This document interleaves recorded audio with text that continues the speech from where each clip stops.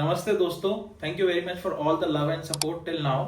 ऐसे ही आप अपना प्यार बनाए रखें और ऐसे ही मुझे सपोर्ट करते रहें ताकि मैं और नए नए स्पीकर्स को ला सकूं और नए नए कैरियर रिलेटेड आपके साथ में शेयर कर सकूं टॉपिक्स और एक्सपर्ट की एडवाइस, उनके अप्स एंड डाउन्स, ताकि आपको पता चले कि एक दिन में कोई बड़ा नहीं बनता और अगर आप मेहनत करेंगे, कोशिश करेंगे तो आप बहुत कुछ कर सकते हैं।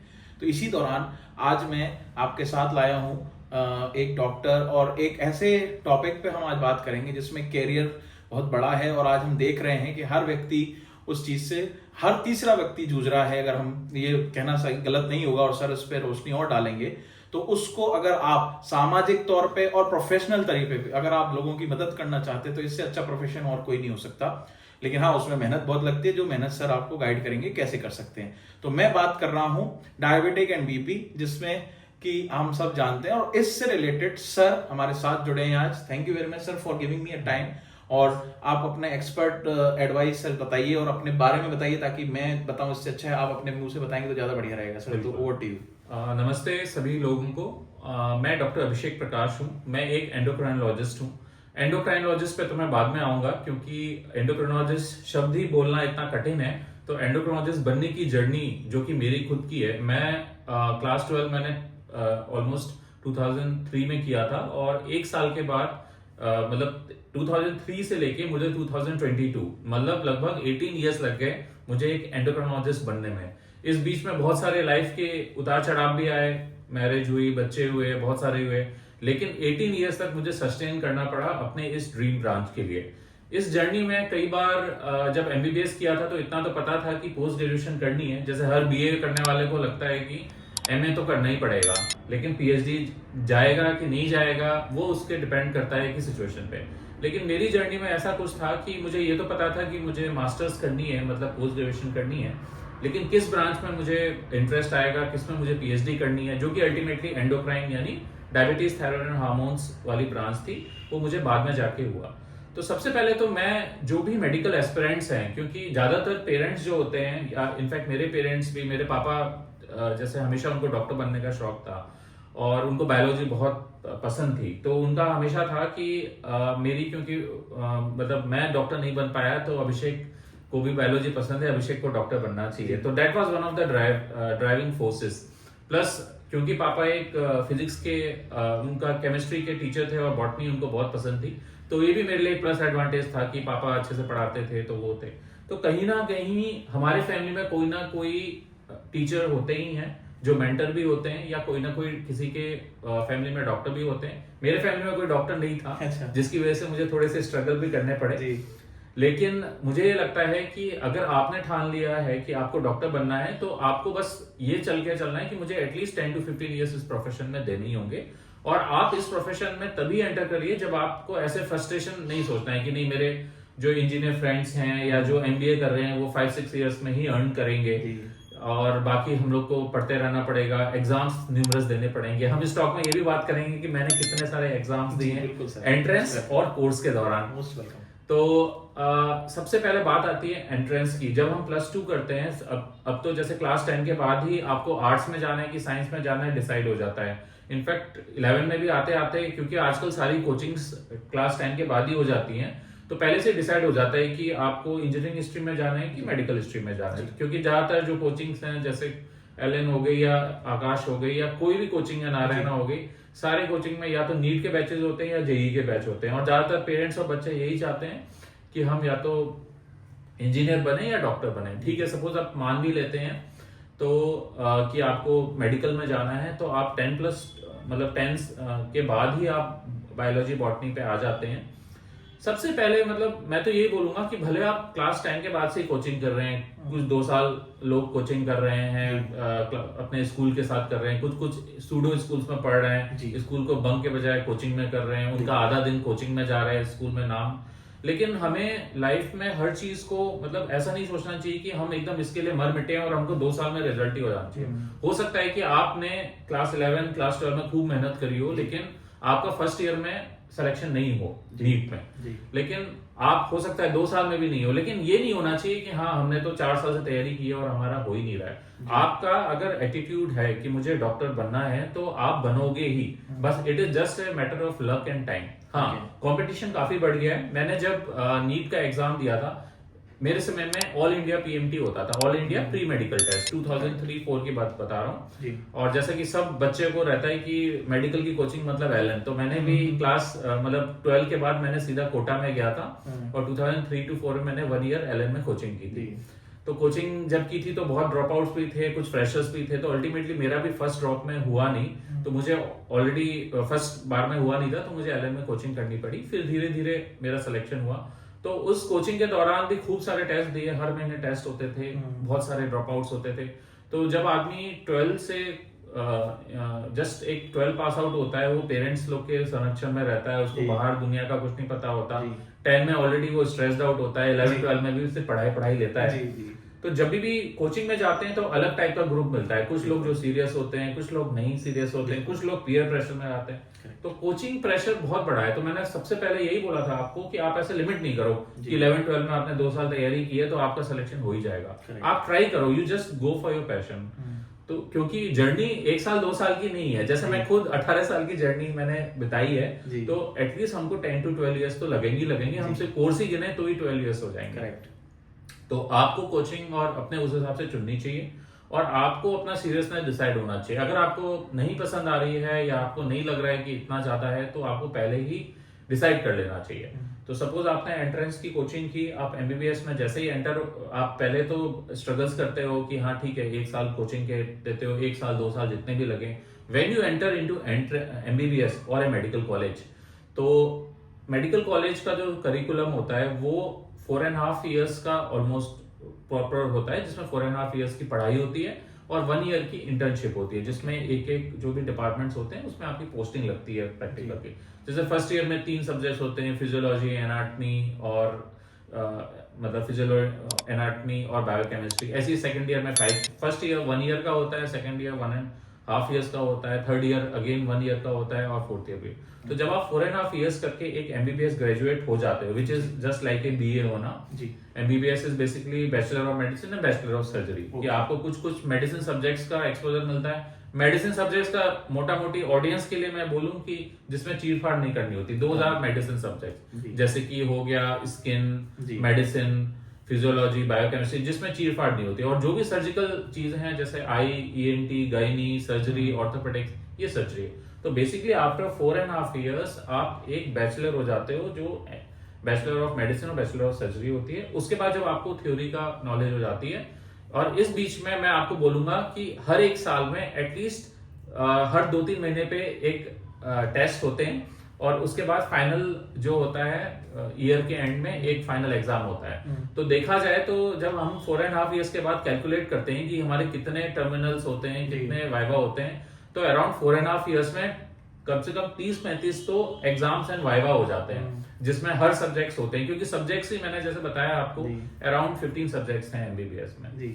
तो जब आप फाइनली जाके 4.5 ईयर्स के बाद वो करते हो, जब फाइनल एमबीबीएस एग्जाम क्लियर करते हो, तो आपको फिर, क्योंकि जो हम कभी भी आप जब भी हॉस्पिटल में जाते हैं किसी को दिखाने, तो हॉस्पिटल में जो डिपार्टमेंट्स होते हैं जैसे आई, ईएनटी, सर्जरी, ऑर्थोपेडिक्स, डर्मेटोलॉजी, ऐसे करके XYZ कम से कम 10-12 डिपार्टमेंट्स होते हैं जिसमें हम कंसल्ट करते हैं। तो उनमें आपकी 2-2 महीने, 1-1 महीने डिपेंडिंग ऑन द सब्जेक्ट होती है, जिसको हम रोटेटरी ट्रेनिंग इंटर्नशिप बोलते हैं।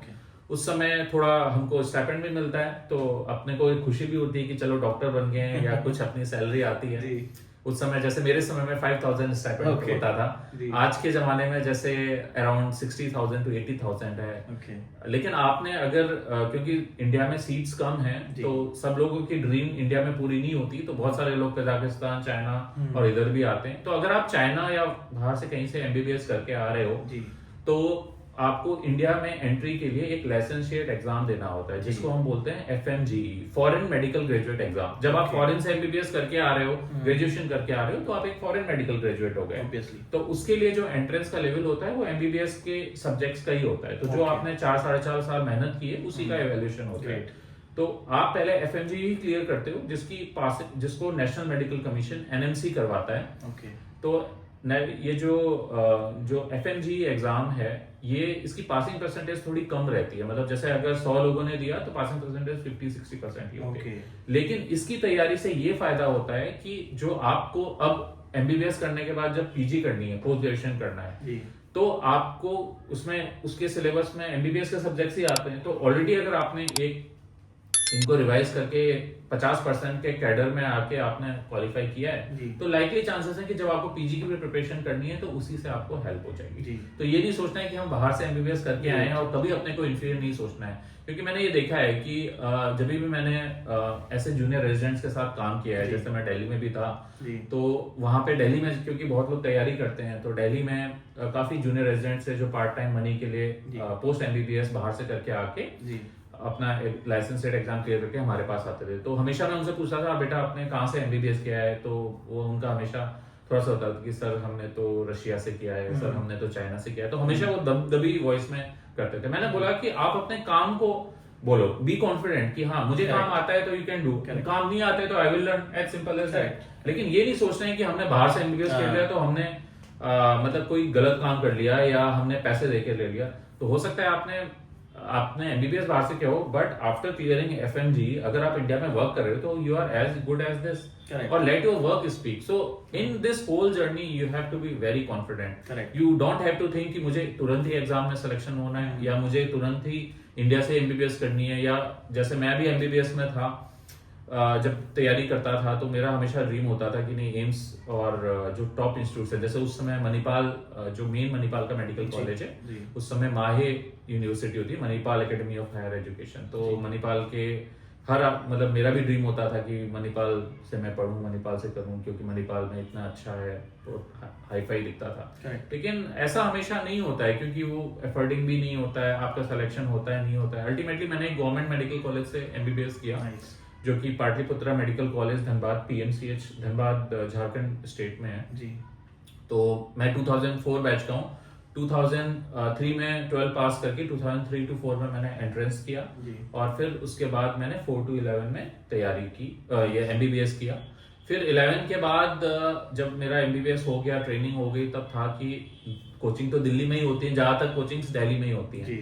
तो जब पोस्ट ग्रेजुएशन, जिसको हम पीजी बोलते हैं, जो कि एमडी डिग्री या एमएस डिग्री के लिए होती है, किसी को मेडिसिन करना है तो वो एमडी करेगा, किसी को सर्जरी करनी है तो एमएस करेगा, तो इसकी कोचिंग दिल्ली में होती है। ओके। तो ये जब दिल्ली में मैं कोचिंग करने गया तो फर्स्ट ईयर में मेरी मैं एक चीज और व्यूअर्स को बता दूं कि जब मैं एंट्रेंस देता था नीट का, AIPMT, तो अराउंड 3 लाख लोग एंट्रेंस एग्जाम देते थे और सीट्स उस समय एमबीबीएस की काफी कम हुआ करते थे। मैं एग्जैक्टली रिमेम्बर नहीं कर रहा हूँ, लेकिन अभी जो लेटेस्ट फिगर था, जो लास्ट नीट हुआ था, उसमें 25-26 लाख लोगों ने 12 के बाद एग्जाम दिया था।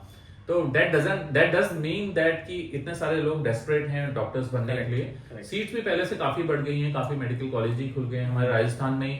मेरे समय में एमबीबीएस में सीट्स होती थी 50, आज एसएमएस मेडिकल कॉलेज में 250 सीट है। पूरे राजस्थान में अराउंड 5000-6000 सीट है। तो ऐसा नहीं है कि आप मत सोचो कि कंपटीशन अपनी जगह है, सीट्स भी बड़ी हैं, तो यू जस्ट फोकस ऑन। फिर जैसे पीजी करते हैं, तो जब मैंने पीजी का एंट्रेंस दिया था तो अराउंड 70,000 लोगों ने दिया था और सीट होती थी 3,500-4,000। तो जब मैंने फर्स्ट एंट्रेंस 2011 to 12 में कोचिंग की और 12 में जो नीट पीजी एंट्रेंस दिया था, तो मेरी रैंक 3264 आई थी। तो वो थोड़ी सी अराउंड 5000 सीट्स थी और मेरी 3200 रैंक आई थी। तो फिर उस समय मुझे लगा कि मेरा ड्रीम ब्रांच हमेशा से मेडिसिन हुआ करता था, फिजिशियन वाला, लेकिन मुझे मालूम था मेडिसिन 1000 रैंक तक खत्म हो जाता है। तो मैंने फिर क्या किया कि मैंने सोचा कि चलो कुछ ज्वाइन कर लेते हैं। तो मैंने एनेस्थीसिया ज्वाइन किया और इंदौर में मेडिकल कॉलेज है, वहाँ पे मैंने ज्वाइन कर लिया, जस्ट बिकॉज कि हाँ ठीक है, अपने को वेस्ट नहीं करना है ईयर। तो 3200 रैंक पे मैंने इंदौर में मतलब इन्वेस्ट कर लिया और मैं ज्वाइन कर लिया महात्मा गांधी मेडिकल कॉलेज इंदौर। लेकिन इंदौर में एनेस्थीसिया में मुझे काम में मजा भी आ गया। एनेस्थीसिया में बेसिकली आप प्री ऑप पोस्ट ऑप सारा करते हो, but you are a doctor behind the scenes, है ना, कि मतलब सर्जरी के दौरान सब आप जा रहे हो, with in the OT work कर रहे हो। तो करते करते मुझे लगा कि क्यों नहीं अपने थोड़ा सा साइड बाय साइड, जब हमारी 3200 रैंक आई है तो क्यों नहीं वो करते हैं। तो मैं उस समय भी लगा रहा, बाकी 18 आवर्स वर्क करता था या 10 आवर्स वर्क करता था, 5-6 आवर्स पढ़ता था, ऐसे कर करा के मैंने वाइल डूइंग एनेस्थीसिया मैंने एड्रेस दिया और दोबारा मेरी रैंक आ गई 261 अमाउंट 80,000 पीपल। तो फिर मैंने उस 261 रैंक पे एसएमएस मेडिकल कॉलेज में 2013 में एडमिशन लिया और 2013 से 16 में 2013 से 16 में मैंने अपनी एमडी जनरल मेडिसिन या फिजिशियन में की। Okay. तो मेरा कहने का पॉइंट अभी तक ये है मेरी लाइफ में कि 2014 में मैंने मैरिज की और 2000 इतने दिन मतलब 2004 मेरा एमबीबीएस, 2003 मेरा 12 पास आउट है, तो 2012 से लेके 2003 से लेके 2016 मतलब 13 साल तो मेरी बस एमबीबीएस और एमडी ही हुई। करेक्ट। तो ज्यादातर लोग वहां पे रुक ही जाते हैं कि हम ठीक है अब 13 साल हो गए, अब 13 साल में कुछ तो अर्निंग हो, क्योंकि आदमी वर्क नहीं करता। तो फिर मैंने सोचा कि मेडिसिन करते करते मुझे जो मेरे जिनके अंडर मैंने एमडी मेडिसिन की थी वो एक एंडोक्राइनोलॉजिस्ट हैं, डॉक्टर प्रकाश केशवानी। जयपुर में बहुत सारे लोग डॉक्टर प्रकाश केशवानी को अच्छे से जानते हैं कि कौन है। तो वो एक डायबिटीज, थायराइड एंड हार्मोन रोग विशेषज्ञ हैं। तो उन्होंने मुझे मोटिवेट किया कि हमें अगर काम आपको मेडिसिन में भी अगर आपको एक स्पेशल फील्ड में दिलचस्पी है, जैसे मैं बताना चाहूंगा व्यूअर्स को, जैसे आप जब फिजिशियन होते हो तो आप ब्रेन न्यूरो के केसेस, हार्ट कार्डियो के केसेस, नेफ्रो यानी किडनी के केसेस, गैस्ट्रो के केसेस यानी स्टोमक रिलेटेड, या और भी कोई जैसे कैंसर रिलेटेड मेडिकल ऑन्कोलॉजी के केसेस देखते हो। लेकिन अगर आपको सिर्फ हार्ट पे ही 3 साल पीएचडी करनी है तो आपको कार्डियोलॉजिस्ट या में डिग्री करनी पड़ेगी, जो कि डीएम डिग्री या डीएनबी डिग्री होती है। अगेन वो 3 इयर्स की है। तो हमारा 5.5 साल का तो एमबीबीएस होता है, जिसमें 4.5 साल प्लस 1 ईयर होता है। उसके बाद हमारी 3 ईयर की एमडी या एमएस की पीजी होती है, और फिर हमारी 3 इयर्स की सुपर स्पेशलाइजेशन होती है। तो it is basically undergraduate, postgraduate and postdoctoral, which is super specialisation. तो जैसे मुझे इंटरेस्ट था डायबिटीज थायराइड में, तो फिर मैंने 2016 से डायबिटीज थायराइड का प्रिपेयर करना शुरू किया। टास्क बहुत कठिन था क्योंकि अब कंपटीशन 12 पास आउट्स के बीच में नहीं था या एमबीबीएस के बीच में नहीं था, अब सुपर स्पेशलिस्ट लोग, अब स्पेशलिस्ट लोग के बीच में था जो कि फिजिशियन थे। तो एंडोक्राइन के लिए अराउंड 2000 एमडी डॉक्टर्स जो कि फिजिशियंस हैं उनके बीच में कंपटीशन होता है, और सीट्स रहती हैं अराउंड 70। 2000 में 70। तो जब मैंने पहली बार दिया तो मैंने बिल्कुल क्वालिफाई नहीं किया, क्योंकि 2016 में मेरी बेटी भी बॉर्न हो गई थी, तो मतलब हो नहीं पाया जितनी तैयारी हुई। तो 16 में जब मैंने दिया तो सिलेक्शन, 17 में जब मैंने दिया 1 साल तैयारी करके तो सिलेक्शन ही नहीं हुआ। 2018 में दिया तो मेरा 3 रैंक, मतलब मेरी टोटल सीट्स 71 थी, मेरी रैंक 75 थी, तो मेरा नहीं हुआ 2 रैंक से। तो मैं काफी परेशान हो गया, लेकिन मेरा न्यूरोलॉजी में हो गया था। तो मेरी वाइफ ने सजेस्ट किया कि तुम न्यूरोलॉजी ले लो। अच्छा। और अब कितना पढ़ोगे, ऑलरेडी 2003 से लेके 2018 हो गया था, मतलब मेरे 2018 वाले एंट्रेंस में हो गया था। तब मैं प्रैक्टिस भी करता था थोड़ा बहुत फिजिशियन वाली। तो ऑलमोस्ट 15 इयर्स हो गए थे। तो मेरी वाइफ ने बोला कि नहीं अब तुम छोड़ दो, न्यूरोलॉजी ले लो। लेकिन उसको मालूम था कि मुझे इसमें इंटरेस्ट है, तो उसने बोला कि नहीं चलो एक और ट्राई लेते हैं। तो फिर तब तक बेटी भी 2 साल की बॉर्न हो गई थी, और हमने बहुत स्ट्रगल्स मतलब ऐसे करने पड़े कि जब मेरा इंटरेस्ट आता था, जनरली समर में आता था, तो मेरी वाइफ और बच्चे वो लोग इन लॉज के यहाँ चले जाते थे, बेटी जो है कि ताकि मुझे डिस्टर्बेंस, मेरे इन लॉज आते थे, मेरे पेरेंट्स आते थे, कोई चाय बना के पिला रहा है। तो मतलब देखा जाए तो इनफैक्ट मेरे पापा अभी भी बोलते हैं कि अभिषेक हमें लगता था कि तू एमबीबीएस के बाद फ्री हो जाएगा, फिर उसके बाद एमडी के बाद फ्री हो जाएगा, उसके बाद लगता था कि डीएम के बाद फ्री हो जाएगा। और अभी मैं प्रैक्टिस में आने के बाद भी एक अलग लेवल का वो है, तो अभी भी वो यही बोलते हैं कि तू कभी फ्री नहीं होगा, तो तुझे उसके बीच में करना होगा। तो हमें एकदम एब्सोल्युटली ये भी नहीं होना है कि दुनिया से कट ऑफ हो जाना है। अगर मैंने सोच लिया होता कि नहीं मेरी बच्चे हो गए, अब मैं अपना सुपरस्टिशन नहीं करता हूँ, तो फिर वो आज मैं जो हूँ वो नहीं होता। तो 16 to 19 भी मेरा 3 साल काफी मेहनत रही, कहीं कहीं थोड़ा बहुत वर्क किया, but it was more of study only. फिर फाइनली मेरी 2019 के जो नीट सुपर स्पेशलिटी एंट्रेंस होता है उसमें मेरी रैंक अराउंड 51 आ गई, जो कि अराउंड उस समय 80-85 सीट्स थे। तो मुझे सफदरजंग हॉस्पिटल जो वर्धमान महावीर मेडिकल कॉलेज है, वो भी एम्स के जस्ट पास है, it is one of the top colleges of India, तो मुझे दिल्ली में मिल गया था। और जो डिग्री थी वो थी DRNB, doctorate of national board, national board of examinations. NBE एक ऐसा पैरेलल बोर्ड है, एक होती है नेशनल, पहले होती थी MCI, medical council of India, तो अब medical council of India dissolve होके नेशनल मेडिकल कमीशन NMC हो गई।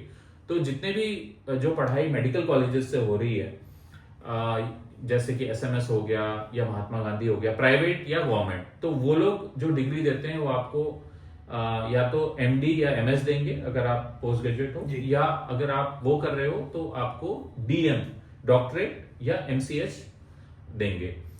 लेकिन अगर आप कोई प्राइवेट हॉस्पिटल से कर रहे हो, जैसे फॉर एग्जांपल हम यहाँ की बात करें, फोर्टिस से कर रहे हो, दुर्लभ जी से कर रहे हो, या दिल्ली में एस्कॉर्ट से कर रहे हो, मैक्स से कर रहे हो, तो आपको जो लोग वहां भी डिग्री कोर्सेज चलते हैं, तो वहां पे आपको national board of examination degree देता है। तो अगर आप वो कर रहे हो तो मतलब एमडी एमएस के इक्विवेलेंट कर रहे हो, तो आपको DNB, diplomat of national board, जैसे सपोज मैं सर्जरी कर रहा हूँ, तो मुझे अगर मैंने मेडिकल कॉलेज से पढ़ाई की प्राइवेट गवर्नमेंट से, तो मुझे जो डिग्री मिलेगी वो होगी एमएस इन जनरल सर्जरी, है ना, जिसको देगा नेशनल मेडिकल कमीशन। लेकिन अगर सेम सर्जरी का कोर्स मुझे करना है और मुझे अगर गवर्नमेंट मेडिकल कॉलेज या प्राइवेट मेडिकल कॉलेज सीट नहीं ली, तो मैं फोर्टिस से या दुर्लभ जी से या मैक्स दिल्ली से कर सकता हूँ, और जो मुझे डिग्री मिलेगी वो डीएनबी सर्जरी मिलेगी। इसलिए आप कई बार प्राइवेट हॉस्पिटल से या कहीं भी डॉक्टर से दिखाने जाते हो, तो उनके डिग्री में एमबीबीएस, एमडी, डीएनबी लिखा रहता है। तो डीएनबी का मतलब है कि ये जो डिग्री है ये नेशनल बोर्ड ऑफ एग्जामिनेशन ने दी है, और डीएनबी का मतलब है डिप्लोमेट ऑफ नेशनल बोर्ड, की ये एक पोस्ट ग्रेजुएट डिग्री है। लेकिन जैसे मैंने जो की है वो डीआरएनबी है, डॉक्टरेट ऑफ नेशनल बोर्ड। तो अगर आप मेडिकल कॉलेज से कर रहे हो सुपर स्पेशलाइजेशन, तो वो डॉक्टर्स डीएम या एमसीएच लिखते हैं, और हम लोग जो नेशनल बोर्ड से करते हैं सुपर स्पेशलाइजेशन, वो लिखते हैं DrNB, doctorate of national board. तो डिप्लोमेट कोर्सेज थोड़े से लो वाले हैं, डॉक्टरेट वो है। तो अल्टीमेटली 2022 में, मतलब 2003 से स्ट्रगल करते करते 18 साल के बाद फाइनली मैं जयपुर वापस आ गया, और मैंने अपना वापस से फिर एक हॉस्पिटल में ज्वाइन किया, और अपना जो मेरी मेन फेवरेट ब्रांच थी, जो कि एक पीएचडी ब्रांच है एंडोक्राइन, वो मैंने की। तो इस हिसाब से मेरा ऑलमोस्ट 18 इयर्स का, आई थिंक 18 मिनट्स तो मिनिमम लगे ही होंगे ये समझाने में, लेकिन मैं ही जानता हूँ कि इसमें बहुत ज्यादा स्ट्रगल है। लेकिन मुझे कभी भी अखरा नहीं कि इतनी पढ़ाई है, इतनी पढ़ाई, क्योंकि मुझे पहले से ही था कि मुझे पढ़ना पसंद है। तो इस प्रोफेशन में सबसे पहले तो उन्हीं को जाना चाहिए जो पेशेंस रखते हैं, बिल्कुल, क्योंकि पेशेंस बहुत जरूरी है। लोग 2 साल में ही हिम्मत खा देते हैं। मैंने जैसे अपनी स्टोरी में बताया कि मेरी मैरिज हो गई थी, तब मैं एमडी कर रहा था, फिर मेरे किड हो गया था, किड 3 साल का था, तो मैंने तैयारी की, फिर 3rd ईयर से 6th ईयर मैंने उसको छोड़ के अपना वो किया। तो first 6 years of my kid were A bit compromise, but finally it's okay. तो पेशेंस इज वेरी इसेंशियल। दूसरा कि आपको इंटरेस्ट होना चाहिए, क्योंकि ये कंटिन्यूस अपडेशन है। आज कोई ड्रग डायबिटीज का है, 100 साल पहले इंसुलिन जस्ट डिस्कवर हुई थी। आज इंसुलिन के साथ साथ हमारे पास बहुत सारे ड्रग्स हैं जो हमारा वेट लॉस भी करते हैं, और हमें मतलब और बेनिफिशियल इफेक्ट्स इंसुलिन सीक्रेशन में मदद करते हैं, हमारे हार्ट को प्रिवेंट करते हैं, किडनी को। तो ये एक इवॉल्विंग ब्रांच है। तो पढ़ाई का इंटरेस्ट होना चाहिए, पेशेंस होना चाहिए, और मोर इम्पोर्टेंटली कंपैशन होना चाहिए, और फैमिली का सपोर्ट बहुत जरूरी है। फैमिली के एक्सपेक्टेशंस हैं कि अगर कोई डॉक्टर बना है तो वो तुरंत ही अर्न करने लग जाए या वो करने लग जाए। आई नो डॉक्टर्स भी अर्न कर सकते हैं, लेकिन the labour they put in is very different as compare to a software engineer. Correct. और आपको अगर थोड़ा सा ऐसा है कि मुझे सैटरडे संडे चाहिए और मुझे वो चाहिए, तो वो भी थोड़ा सा इशू है, क्योंकि डॉक्टर का एक ऐसा प्रोफेशन है सर कि उसको 24/7 अवेलेबिलिटी रखनी ही पड़ती है। क्योंकि कभी कोई इमरजेंसी केस आ जाए तो वो चीज, एक पॉजिटिव माइंडसेट रखना जरूरी है, और एक थोड़ा सा नेगेटिव एनवायरनमेंट को अवॉइड करना है, और जैसा आप कह रहे हैं कूल माइंडसेट जरूरी है। हाँ, और ऐसा भी जैसे आपने बताया, तो मैं इसमें ये बताना चाहूंगा कि जब आप एमबीबीएस करते हो तो ही आपको अलग टाइप के सब्जेक्ट्स मिलते हैं, जो कि क्लिनिकल भी होते हैं, नॉन क्लिनिकल भी होते हैं। सपोज आपको एमबीबीएस करते समय लगा कि नहीं मुझे तो पढ़ाना पसंद है, तो आप मेडिकल कॉलेज में वैसा सब्जेक्ट ले लो जो नॉन पेशेंट रिलेटेड है, जैसे फार्माकोलॉजी है ना, दवाइयों के बारे में बताना जी। अपने जो सेकंड ईयर का एमबीबीएस का सब्जेक्ट, जैसे फर्स्ट ईयर और सेकंड ईयर के सब्जेक्ट जनरली नॉन क्लिनिकल हैं। जैसे फर्स्ट ईयर में है फिजियोलॉजी, हमारे शरीर में कैसे हार्ट काम करता है, ब्रेन काम करता है, किडनी काम करता है, ये है फिजियोलॉजी। बायोकेमिस्ट्री मतलब कैसे फैट, प्रोटीन ये सब होते हैं। फिर हो गया एनाटॉमी, एक बोन्स कहाँ होती हैं, एक मसल क्या होती है, लेकिन ये नॉन क्लिनिकल है, इनका पेशेंट से रिलेटेड नहीं है, लेकिन आप कॉलेज में पढ़ाते हो। सेकेंड ईयर के subjects pharmacology, forensic, pathology, microbiology, तो ये भी सारे वैसे कॉलेज हैं जो मेडिकल कॉलेज में पढ़ाने वाले हैं जी। तो जब आपको अगर सपोज ये पसंद नहीं आते हैं, तो आप पेशेंट रिलेटेड जैसे आई, ईएनटी ये सब्जेक्ट्स में जा सकते हो, या मेडिसिन, सर्जरी, गायनी, ऑप्स ये सब में जा सकते हो। तो आप एकदम बंद नहीं जाते हो। इनफैक्ट कई बार डॉक्टर्स एमबीबीएस करके भी फिर आईएएस या वो भी कर सकते हैं, क्योंकि वो एक तरीका का। और जैसे एमडी में भी आके आप सब्जेक्ट चुन सकते हो। तो ये आप पे डिपेंड करता है कि आपको, जैसे मेरी जो ब्रांच है एंडोक्राइन, इसमें कोई इमरजेंसी नहीं है, डायबिटीज थायराइड लाइफस्टाइल ब्रांच है, तो अपने को ओपीडी का काम है। लेकिन कोई कार्डियोलॉजिस्ट बनेगा तो उसको रेडी रहना चाहिए, किसी को हार्ट अटैक आया तो मुझे रात में जाना पड़ सकता है। कोई अगर गैस्ट्रो हुआ, कोई स्टोमक से ब्लीडिंग हो रही है या कहीं से उल्टी हो रही है, तो he will have to go. Nephrology है, किसी किडनी ही नहीं काम कर रही तो डायलिसिस होगी। तो आपको इमरजेंसी लाइफ पसंद है या आपको प्रोसीजर पसंद है, तो बहुत सारे ऑप्शंस होते हैं।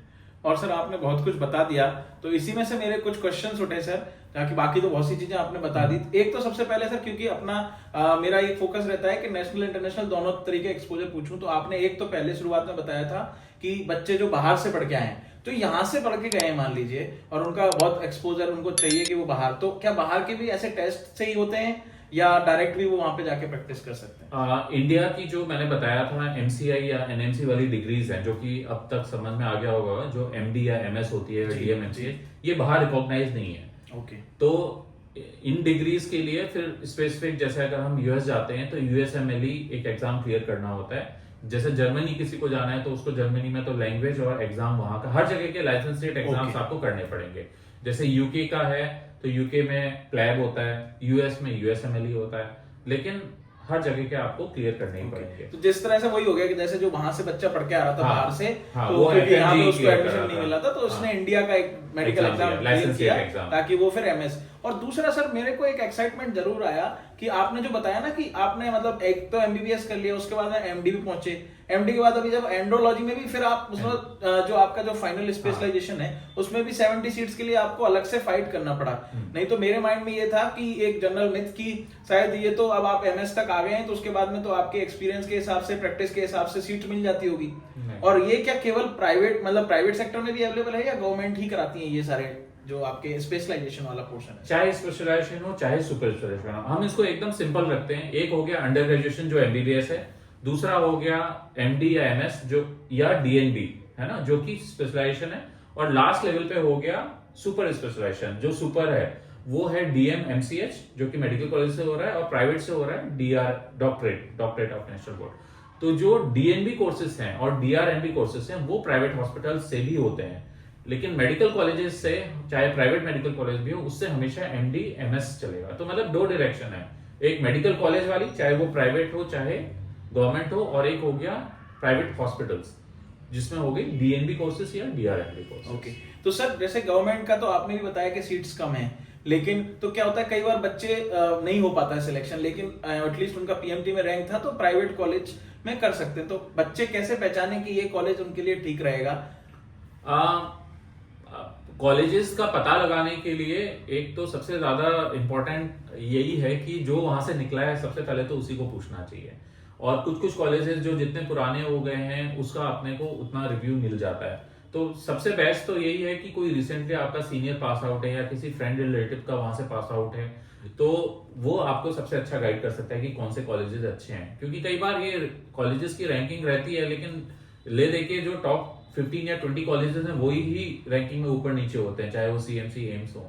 प्राइवेट मेडिकल कॉलेज का पता लगाना बहुत मुश्किल है, तो इसीलिए कोई वहां से पास आउट है तो ही हम पता। और चूंकि आप अभी रिसेंट ट्रेंड से भी जुड़े हुए हैं सर, तो जैसे कि पहले था कि नहीं इंजीनियरिंग वगैरह में तो क्या है कि अटेम्प्ट फिक्स हो गए हैं, लेकिन डॉक्टरी में ऐसा आपने बोला कि मेहनत लगती है, तो क्या डॉक्टरी में अभी भी वो है कि एन नंबर ऑफ अटेम्प्ट कर लो जब तक आपकी इच्छा हो? जनरली 40 इयर्स तक आप कितने भी अटेम्प्ट ले सकते हो। अच्छा, वो एज डिफाइन कर दी उन्होंने, इंस्टेड ऑफ वैसे एग्जाम अटेम्प्ट उन्होंने एज फिक्स कर दी कि भाई 40 इयर्स तक हो गए आप तो ये लास्ट आप कॉल ले सकते हो, उसके बाद आप अपना खुद। तो सर जैसे मान लीजिए कई बच्चे जो डिमोटिवेट हो जाते हैं, अलग अलग होगी, जैसे एमबीबीएस की अराउंड 25-28 होगी, एमडी की अराउंड 35 होगी, और कुछ की 40। Okay, so 25 upon depending on आप कौन से लेवल पे हो, जैसे 3 लेवल हैं तो किस पे हो। हाँ नहीं, मैं इनिशियली से ही स्टार्ट करने की कोशिश कर रहा था आपसे पूछने का कि मतलब जैसे from MBBS to MD level. MD level तो डेफिनेटली बीच वाला हो गया जी। तो मेन तो पहले शुरुआत एमबीबीएस से ही हुई। तो सर अगर जैसे एमबीबीएस नहीं कर पाए कोई मान लीजिए, लेकिन अब वो बायो से था, इससे था, तो आपकी जो स्पेशलाइजेशन फील्ड है, क्या इसमें कोई ऐसा कोर्सेज भी अवेलेबल है जिसमें कि वो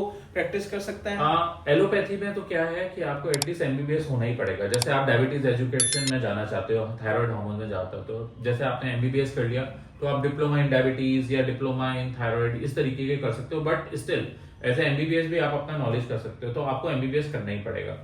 अगर आप एमबीबीएस लाइन या ये मेडिकल लाइन में नहीं जाना चाहते, लेकिन मेडिकल हॉस्पिटल या इससे जुड़े होना चाहते हो, तो आपको साइड बाय साइड जैसे बी फार्मा या D pharma, bachelor of pharma या डिप्लोमा ऑफ फार्मा, ये कर सकते हो आप। फिजियोथेरेपिस्ट बन सकते हो, डाइटिशियन बन सकते हो, तो ये सबसे आप मेडिकल बैकग्राउंड से जुड़े रहोगे। हाँ, and these courses are something which are not time taking. जैसे अपने को बैचलर ऑफ फिजियोथेरेपी में 4 इयर्स लगेंगे, या आप डेंटिस्ट्री में गए तो आपको जो BDS है वो करने में थोड़ा सा, as compare to this BDS या MDS करने में टाइम कम लगेगा। तो आप अगर नहीं बन रहे हो और आपको एलोपैथी प्रैक्टिस करनी है तो एटलीस्ट MBBS तो करना ही पड़ेगा। और नहीं तो फिर आप जो एलाइड हैं, फार्मा या डेंटिस्ट्री या फिजियोथेरेपी, ये सब में भी आप तो बेसिकली जो मैं सार समझ पाया वो मेडिकल इंडस्ट्री में या मेडिसिन इंडस्ट्री में अगर आपको आना है तो एटलीस्ट मिनिमम MBBS डिग्री आप कैसे भी करके अडॉप्ट करने की कोशिश कीजिए।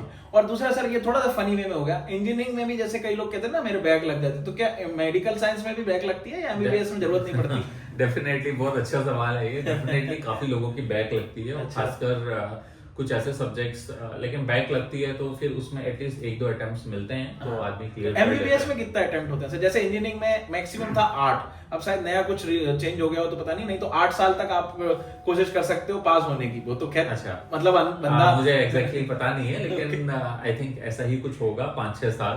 बट ईयर वाइज अगर बात करें तो 2 से 3 अटेम्प्ट आपको मिलते ही मिलते हैं। ओके। तो क्योंकि ये थोड़ा सा एक नॉलेज बेस, क्योंकि देखिए सर, हर व्यक्ति के जरूरी नहीं है कि कोई पढ़ाई के कारण, कई बार क्या होता है कुछ पर्सनल सर्कमस्टेंसेस हो जाते हैं। मैं अपना पर्सनल एक्सपीरियंस बताऊं तो मैं यही बोलना चाहूंगा कि आदमी पहले से ही इतना ग्रिल होता है ना, जैसे मैंने बताया कि अराउंड 25-30 लाख में आप कंप्लीट करके MBBS में जाओगे, फिर MBBS में आप जो 70,000 थे वो अब 3-4 लाख हो गए, फिर 3-4 लाख में से आप 1 लाख में आओगे, फिर अराउंड 2-2.5 हजार में से आप 50 में आओगे। तो आप जब एंटर करते हो तो ऑलरेडी इतना ग्रिल हो जाते हो कि आपके एकदम आराम से निकल जाएगा, बैक लगाने के चांस बहुत कम। तो सर अब आपने जैसे वो फिगर की बात की तो मैं उसी पे आने ही वाला था कि कई बच्चे, क्योंकि अपना जो मोटिव है वो गांव से लेकर के शहर तक पहुंचाने का है, तो जो गांव के बच्चे हैं, और चलिए आजकल कोचिंग एक फॉर्मेट बन गया है और कोशिश सभी करते हैं, सबके माँ बाप करते हैं कि बच्चे पहुंचे, लेकिन जो बच्चा कोचिंग नहीं पढ़ पाता है, लेकिन हम देखते हैं कि आज रिक्शे वाले का बच्चा भी डॉक्टर या इंजीनियर बन जाता है, अच्छे से तैयारी करे तो, या उसके अंदर जील हो तो, जो आपने बोला,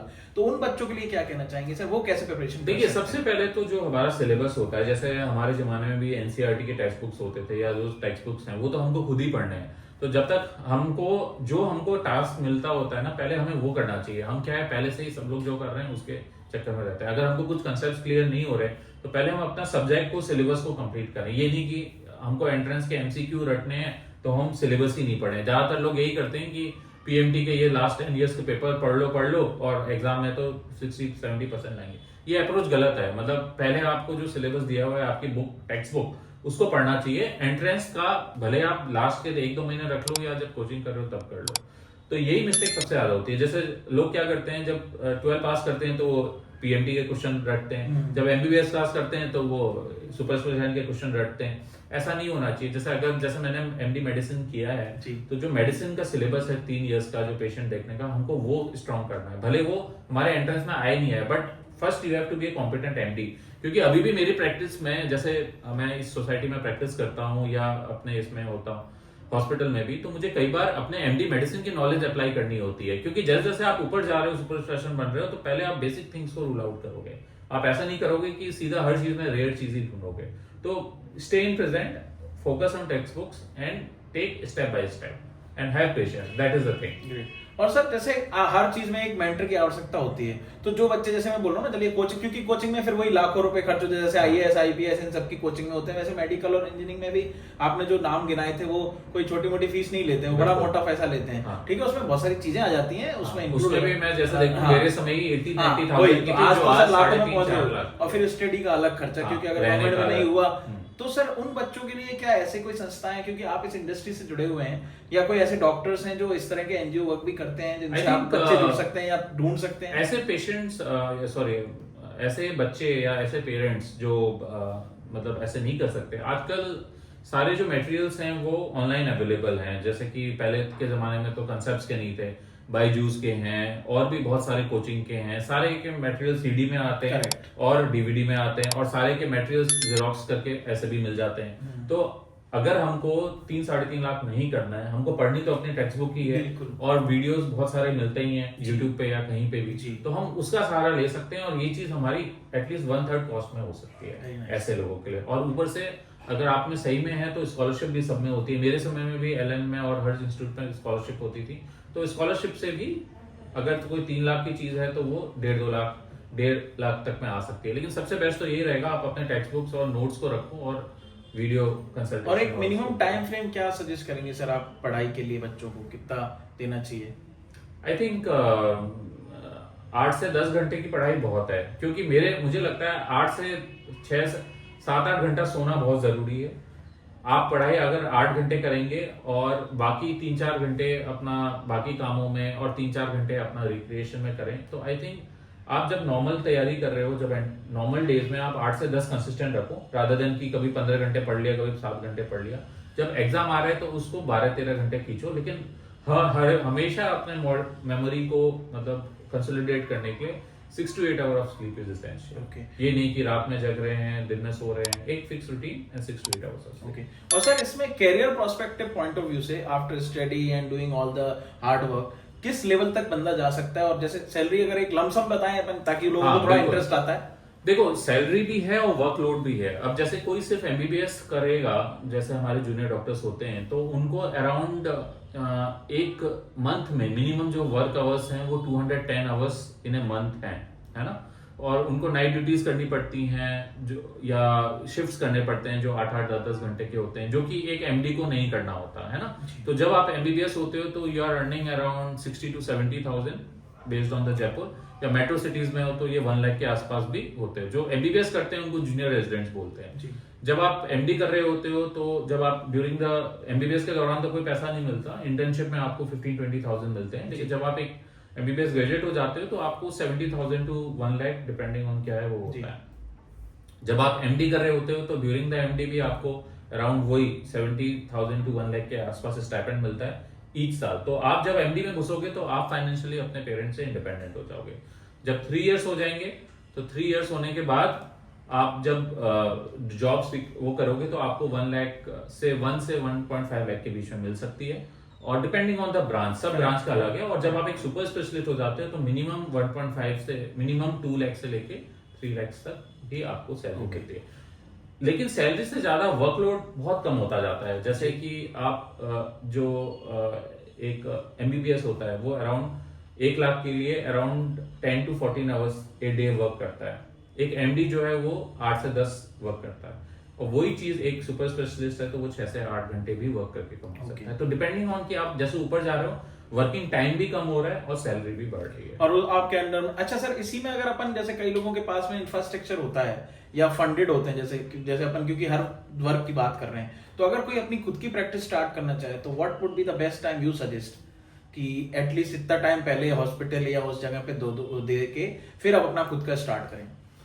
जब भी आप अपने फाइनल एक डिसाइड कर लिए कि नहीं, मुझे ऐसा भी जरूरी नहीं कि सबको सुपर स्पेशलाइजेशन करने की जरूरत है, तो आप एक बार जब कोई भी फील्ड, भले आप एमबीबीएस पे रुकना चाहते हो, भले आप एमडी पे रुकना चाहते हो, भले आप डीएम पे रुकना चाहते हो, तो आपको मिनिमम 3 to 4 इयर्स मार्केट में रहना चाहिए, तभी आपको समझ में आता है कि क्या है नहीं है। हाँ, लेकिन वो प्लान डिसाइड होना चाहिए। ये नहीं कि आप 2 साल के बाद फिर सोच रहे हो कि नहीं अब मुझे पढ़ाई करनी है। पढ़ाई करनी है तो कंटिन्यूस करनी है। ज्यादातर हैं बहुत सारे लोग जो ब्रेक करके भी करते हैं, but I will suggest from my experience of 18 years कि आप पढ़ाई पहले अपनी डिसाइड कर लो, भले आपकी अर्निंग उस दौरान नहीं आए या आपका बैकअप प्लान हो, और उसके बाद फिर आप करो। And once you are into the market, you have decided कि दिस इज मच, अब मैं पढ़ाई नहीं कर सकता, then at least give 5 years to yourself to establish yourself, क्योंकि नाम, वर्ड ऑफ माउथ, ये सब धीरे धीरे पता चलता है।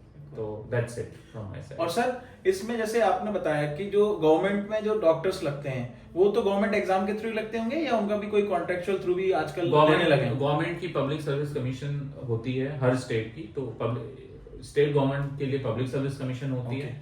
और कोई अगर सेंट्रल गवर्नमेंट में लगना चाहता है, जैसे सेंट्रल गवर्नमेंट सीजीएचएस हॉस्पिटल्स में या एम्स में या सफदरजंग में, तो उनको यूपीएससी देना पड़ता है। यूपीएससी का एक अलग एग्जाम होता है जिसको सीएमएस बोलते हैं, कंबाइंड मेडिकल सर्विसेज। तो उनको कंबाइंड मेडिकल सर्विसेज क्लियर करना होता है रिटन में, और फिर यूपीएससी में अपना जैसे आईएएस का इंटरव्यू होता है, ऐसे इंटरव्यू को क्लियर करना होता है। तो उससे जो पोस्टिंग होगी वो सेंट्रल गवर्नमेंट के डिपार्टमेंट्स में होगी, जैसे रेलवेज हो गया, इंडिया पोस्ट हो गई, या ये जो जैसे मेरा मेडिकल कॉलेज मिनिस्ट्री का है, तो basically Delhi and in around central departments. But process same रहता है सर सिलेक्शन का काइंड ऑफ, या हाँ, entrance followed by interview, same ही रहता है। दोनों में इंटरव्यू भी रहते हैं। ओके, तो आई थिंक सर मोस्टली चीजें तो आपने बता ही दी सर। हाँ, एंड क्योंकि मेजॉरिटी मैंने तीनों फेजेस जी अपने बिल्कुल वो किए हैं। और हमें टाइम का भी ध्यान रखना पड़ेगा क्योंकि इस टॉपिक पे तो जितनी बात की जाए उतना कम कम है है। सर, क्योंकि आपका एक्सपीरियंस जो 18 साल का है। बट आप अपने स्ट्रगल से बच्चों को क्या बोलना चाहेंगे कि क्या करें, और अगर कोई ऐसी बात छूट गई हो जो अपन बता सकें कैरियर रिलेटेड, फिर मैं उस आपके जो हाँ। एक्सपर्ट एरिया है उसमें भी आपसे थोड़ी कैरियर tip लेना रिलेटेड चाहूंगा। मेरा यही कहना है कि फर्स्ट डोंट, जैसे मैंने किया कि हाँ पापा को पसंद था तो मैं डॉक्टर बन गया, मैंने अपना कुछ वो नहीं किया जी तो, और लेकिन एक बार मैंने लाइन पकड़ ली तो मैं उसी लाइन पे चलता रहा। तो आप अपने ऐसा कुछ अपने पे बाइंडिंग मत करिए कि आपके चाचा ने, पापा ने या ब्रदर ने बोला कि इंजीनियर बन जाओ, डॉक्टर बन जाओ, तो what ever you like you do that. लेकिन जब एक बार लाइक कर लिया तो उसको छोड़ना नहीं है ना, मतलब। और क्योंकि प्रोसेस ऐसा है कि आप एक बार स्टार्ट कर दोगे तो आपको फिर एंड तक जाना ही है। और एंड जो है, अगर हम वैसे ही बात करें तो 4.5 साल का MBBS, 5.5 साल बेसिकली, उसमें अगर 3 साल अगर हम डायरेक्ट भी अटेम्प्ट लेते हैं तो 8.5 हो गए, और उसमें 3 साल PhD ये DM का लेते हैं तो 3 साल, तो 12 साल तो ऐसे ही हो रहे हैं। लेकिन अगर एक एक लेवल का भी करें तो एटलीस्ट 12 से 15 साल तो लगेंगे ही डॉक्टर बनने में। तो जब 12 से 15 साल आपको लग ही रहे हैं, मेरे केस में जैसे मुझे 18 ईयर्स हो गए, तो you should be ready for it. हमको इमीडिएट रिजल्ट्स नहीं मिलेंगे कि हाँ मैं अगर 18 साल में मैंने एक जैसे इंजीनियर हैं हमारे सुलभ जी, तो जैसे 1890 में ये इंजीनियरिंग कॉलेज में गए होंगे, 23 तक इन्होंने 23 ईयर्स ऑफ एज तक इन्होंने अपना ग्रेजुएशन कर लिया होगा, फिर इन्होंने अपना पोस्ट ग्रेजुएशन या MBA कुछ किया होगा, but by the end of 26-27 years इनका क्लियर होगा कि मुझे मंडे टू फ्राइडे की जॉब करनी है, सैटरडे संडे चिल मारना है, और ठीक है अभी सैलरी कम मिल रही है अराउंड 50-60,000, लेकिन मैं 2-2 साल में स्विच कर लूंगा तो मेरी सैलरी हो जाएगी और फिर मैं डेवलपर बन जाऊंगा। I think this is what I knew, क्योंकि मेरा ब्रदर इंजीनियर है। तो बट ऐसा नहीं होता, मतलब by the time he is like 30-35, still I was doing in 35 my preparation for my super selection. तो जस्ट कीप इट, मुझे ऐसा लाइफ चाहिए तो वैसा वो है, क्योंकि अगर इसमें मेहनत है तो people also look to you as a different, ऐसा सेम उससे नहीं करते हो। So I think you should go for it, but listen to yourself and have patience and be honest to yourself कि नहीं मुझे टाइम लगेगा but I am ready for it. तो that is the most important message.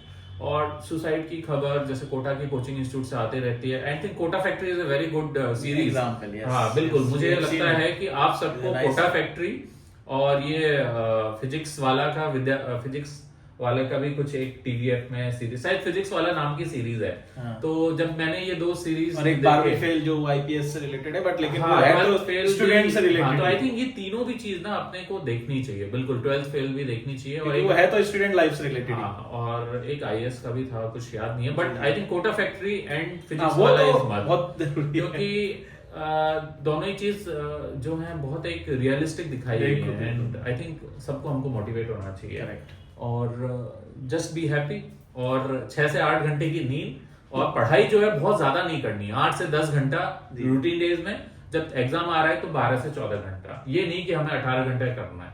और peer pressure में नहीं आना है कि हाँ अरे यार अभी तो जवान हुए हैं, चलो मूवी देख के आते हैं, चलो ये देख के आते हैं। अगर यही सब करना है तो हमको इन फील्ड में जाना ही नहीं है, हमें इंजीनियर बनना है या कुछ आर्ट्स लेना है, कुछ और करना है।